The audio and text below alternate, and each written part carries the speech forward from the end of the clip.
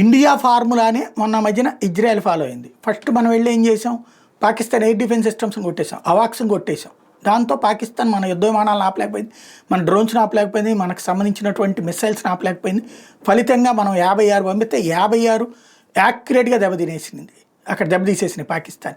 అది పంపించిన వాటిని మన ఎయిర్ డిఫెన్స్ సిస్టమ్ కొట్టేసింది.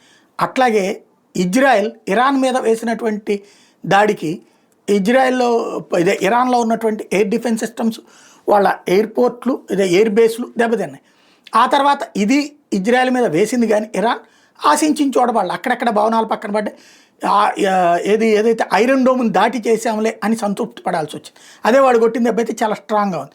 ఇప్పుడు ఇరానియన్ మిలిటరీ తాజాగా తమ ఎయిర్ డిఫెన్స్ సిస్టమ్స్ అన్నిటి తిరిగి పునరుద్ధరించామని చెప్తుంది. మేబీ చైనా వాళ్ళ దగ్గర నుంచి అర్జెంటుగా డబ్బులు పెట్టి కొన్నట్టుంది. ఎయిర్ స్పేస్ అంతా కూడా ఇప్పుడు పూర్తిగా సెటరైట్ చేసామని చెప్తుంది. ఎయిర్ ట్రాఫిక్కి ఇక ఇబ్బంది లేకుండా చూసుకుంటాం అని చెప్తోంది.